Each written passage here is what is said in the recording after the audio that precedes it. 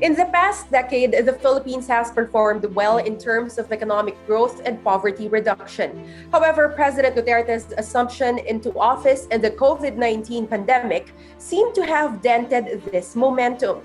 To open up the economy to pre-COVID-19 levels at this time is not an option because whatever good it can produce will only be gobbled up or be outweighed by the bad it will generate. 5 years into his administration, let us take a look at the main economic policies of the Duterte administration and assess the economic strains and challenges introduced by the pandemic.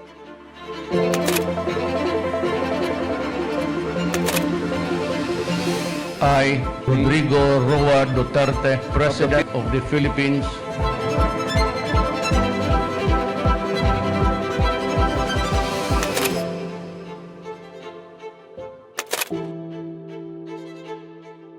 So joining us today is an associate professor at the Economics Department of the Ateneo de Manila University. He also served as director of the Macro Policy Unit of the National Anti-Poverty Commission. He completed his PhD in economics at the University of the Philippines. He also received his Master in Development Economics at the University of Sussex and earned academic units for an MA in Economics at the Ateneo de Manila University. Let us all welcome Dr. Philip Arnold Tuano. Good day, sir. Magandang araw po sa inyo. Magandang araw din, Joyce. We will make a few years the golden age of infrastructure in the Philippines to enhance our mobility and connectivity. In other words, we are going to build, and build. The Duterte administration enjoyed promising rates of growth before the pandemic. But many Filipinos also suffered due to inflation and the increase in the prices of basic commodities. Overall, sir, how would you assess the country's pre-pandemic economy? And how does this economic situation manifest on the lives of ordinary Filipinos, sir? The country has been one of the fastest growing economies in the Southeast Asian region. We have seen that the unemployment rates have declined. At nakikita din natin ito sa bilang ng mga tao na sinasabing nga nila nasa ibaba ng tinatawag nating poverty line. Sir, before this pandemic, maraming plano, malalaking plano yung Duterte administration. Kasama na dito, sir, yung flagship project ng administration, yung tinatawag nga nilang build, build, build. Sir, pwede niyo ipaliwanag, anong nangyari dito? Sa original na listahan ng gobyerno na 75, so 75 projects. So the number of these projects increased in 2019 to 100. But the value of all of these projects has halved from 8 billion pesos to around 4 billion pesos. So nagbago ang target ng ating administrasyon. In the end of these 100 projects, inaasahan lang ng ating pamahalaan na siguro masasagawa lang niya ay kalahati nitong bilang. One issue is that mukhang hindi nakapaghanda talaga ang ating pamahalaan para implementahin ang bilang nitong mga proyektong ito. So we really need a strong level of capacity building, technical capacity building in the government to make sure that they're able to meet their targets. Mapapansin natin yan sa mababang tinatawag lang disbursement rates ng mga pondo. So malaki ang binibigay na pondo ng gobyerno sa mga proyektong ito. Pero ang ginagastos lang ng mga ahensya tulad ng Department of Public Works and Highways at Department of Transportation ay kalahati lang ng target. Paliwanag natin, sir, sa mga kababayan natin, bakit mahalaga na ma-implement itong mga proyektong to? Paano ba nakaka-apekto sa kanila itong paggawa ng mga infrastrukturang to? Kailangan sabihin nga yung issue nga ng presyo ng mga bilihin ay mas mapapamura pa ito kung maganda ang ating infrastruktura. Ikalawa, masasabi din natin mahalaga ang build para mabigyan ng trabaho ang mga tao sa kalunsuran at para maihatid din ang mahalagang serbisyo na kinakailangan para sa ating patuloy na pag-unlad. Isa po sa mga naging issue at the start of the Duterte administration is yung mga loans or yung mga official development assistance na hihingin natin mula sa ibang mga bansa. Kabilang na nga sir yung China, yung mga magiging utang natin sa China para magpatayo ng mga infrastruktura dito sa ating bansa. Example na lang sir, yung Kaliwa Dam project. Pwede niyo ipaliwanag sa atin sir, bakit dapat pagtuunan ng pansin yung mga utang na kinukuha natin sa China? Ano bang epekto nito sir sa mga sa buhay natin bilang Pilipino? Maraming mga pagsusuri na nagsasabi na ang isang issue na sa tinatawag nilang Chinese Official Development Assistance ay yung taas ng mga gastos na ito. No? So mas mataas ang interest na pinapataw ng China. Kung tumataas ang interest mga proyektong ito, tataas din yung halaga ng ating utang sa kanila. So because of the increasing interest of this Chinese ODA, this also increases the amount that we have to pay back to the Chinese donors. And therefore, compared to other donors, for example, the multilateral corporations, or even Japan, which actually provides lower interest cost loans, parang hindi yata pabor sa ating gobyerno yung mga to. At isa pa rin mga parang tinitingnan na issue din sa mga utang na ito, yung isa yung pinapahina yung ating mga procurement protocols at saka yung ilang mga conditionalities in procurement. So ang sinasabi nga nila sa mga utang na ito, ang kailangan din maging supplier ay mula rin sa China. At nililimita ang partisipasyon ng mga korporasyong Pilipino sa mga ganitong mga klaseng proyekto. Sir, parang naalala ko nga sabi mo at the start, yung BBB, mahalaga siya kasi it provides jobs. Nagbibigay siya ng trabaho sa mga kababayan natin. And yet naalala ko merong mga balita na lumabas at the start of the implementation of the Chinese ODA projects na yung mga nagtatrabaho daw, yung mga hinahire Chinese. Ang excuse pa nga nila, kasi sila lang daw kaya magpatakbo ng mga makinarya na galing sa China kasi Chinese yung characters. We have pursued tax reforms to fund our poverty reduction programs. Sir, sa simula ng Duterte administration, naging very aggressive din yung administrasyon po sa pagpapatupad o sa pagpapasa ng mga reforma sa buwis, tax reform, sir. Halimbawa na lang yung train law, sir. Paano nito, sir, so far na apektuhan ng buhay ng mga kababayan natin?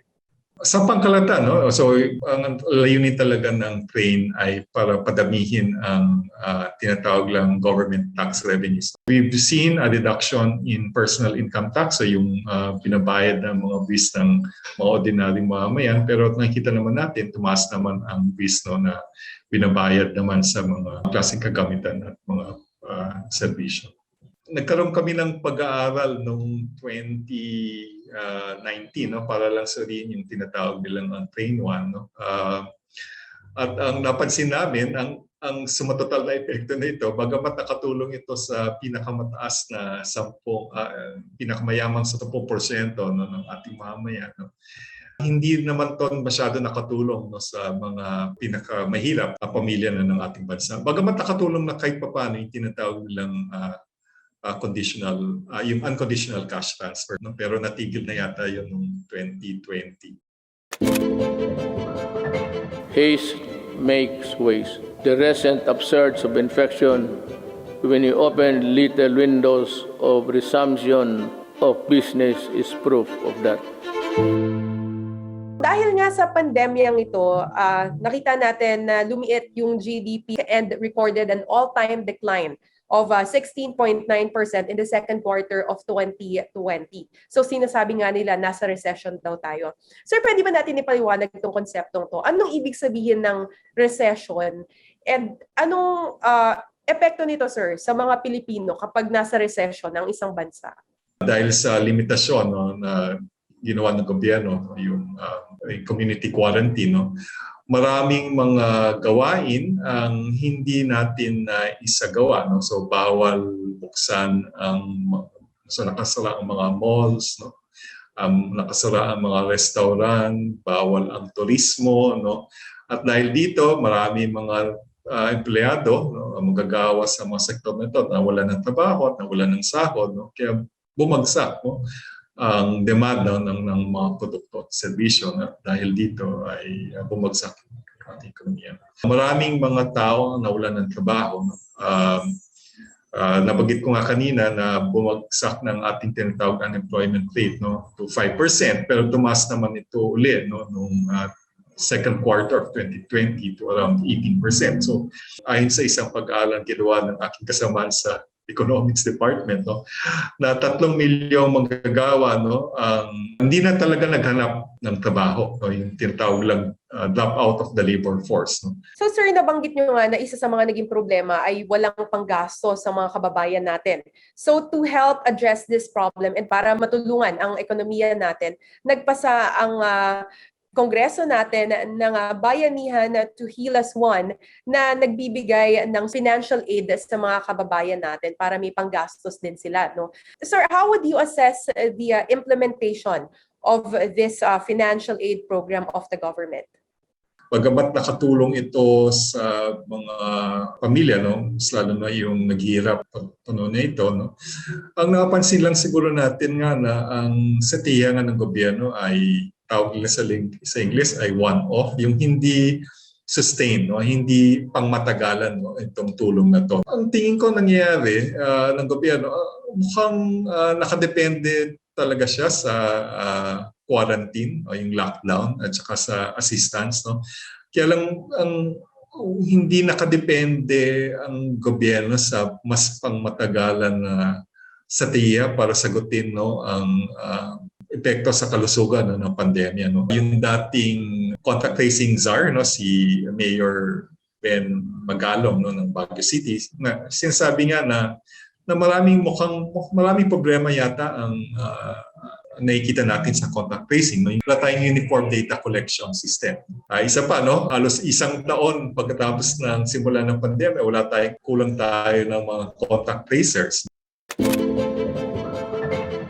We are not ready and therefore will not gamble with the lives and health of the people. Certainly no one would want to end up in the negative side of the equation. Madalas na pag-uusapan yung pangangailangan para balansehin yung pangangailangan ng ekonomiya at yung health issues naman na kinakaharap ng mga Pilipino. How would you assess how the government implemented these quarantine protocols? Tingin nyo ba, sir, they were able to effectively balance the economic and health issues that we are facing, sir? Is that choice of options, or is there really a way of trying to ensure, no, that the needs of both the economy and the health of the people are actually being met, no? So, and I think that can only be addressed, no, if the government has a more comprehensive strategy, no, against the pandemic. Malinaw na yung ating investments sa testing at contact tracing ay hindi pa talaga nagawa. Kaya parating nagiging nangyari, namimili yung ating pamahalaan, no? So, kailangan ba palakasin natin ang ekonomiya o kailangan natin pagtunan panapansin ang kalusugan ng mga tao?